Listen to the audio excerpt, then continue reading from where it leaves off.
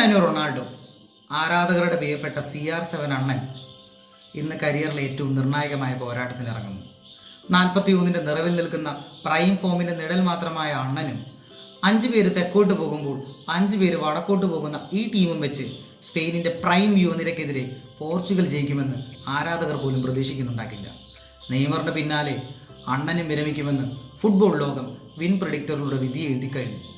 കടുത്ത ആരാധകർക്ക് മാത്രം ഓർമ്മകളിൽ 2018 ലോകകപ്പിൽ സ്പെയിനെതിരെ അണ്ണൻ നടത്തിയ പ്രീമിയം പെർഫോമൻസ് ചെറിയ പ്രതീക്ഷ ബാക്കി നിർത്തുന്നു.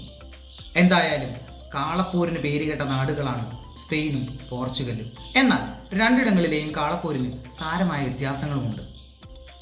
സ്പെയിനിൽ കൊറീഡ എന്നറിയപ്പെടുന്ന കാളപ്പോരിൽ മെറ്റഡോർ എന്ന് വിളിക്കുന്ന പോരാളി ഒറ്റയ്ക്ക് ഒരു വാളുമായി കാളയെ നേരിടുകയും മത്സരത്തിന്റെ അവസാനം കാണികളുടെ മുന്നിൽ വെച്ച് കാളയെ വധിക്കുകയും ചെയ്യും. എന്നാൽ പോർച്ചുഗലിൽ ടെറാഡോ എന്നറിയപ്പെടുന്ന കാളപ്പോരിൽ ഫോർക്കാഡോസ് എന്നറിയപ്പെടുന്ന 8 പേരടങ്ങിയ കൂട്ടം കാളയെ ആയുധങ്ങളില്ലാതെ നേരിടുകയും പിടിച്ചു കിട്ടുകയുമാണ് ചെയ്യുന്നത്. കാണികളുടെ മുന്നിൽ വെച്ച് കാളയെ വധിക്കുന്ന പതിവ് പോർച്ചുഗലിലില്ല. ജീവൻ നഷ്ടപ്പെടാൻ സാധ്യതയുണ്ടായിട്ടും സ്വന്തം ജീവിതം തന്നെ പണയം വെച്ച് പോരാടുന്ന പോരാളികളുടെ ആവേശം പ്രാണനായി കരുതുന്ന 2 ടീമുകളാണ് ഇന്ന് കളത്തിൽ കൊമ്പുകോർക്കുന്നത്. കൊന്നൊടുക്കാനായി സ്പെയിനും മെരുക്കി നിർത്താനായി പോർച്ചുഗലും. സ്പെയിനിന്റെ മറ്റഡോറുകൾക്കെതിരെ പോർച്ചുഗൽ ടീം ഇന്ന് കൂട്ടായി പോരാടുമെന്നാണ് എൻ്റെ പ്രതീക്ഷ. ഇതുവരെയുള്ള മത്സരങ്ങളിൽ കാണാതിരുന്ന ആ ടീം ഗെയിം ഇന്ന് പോർച്ചുഗലിൽ നിന്ന് പ്രതീക്ഷിക്കാം.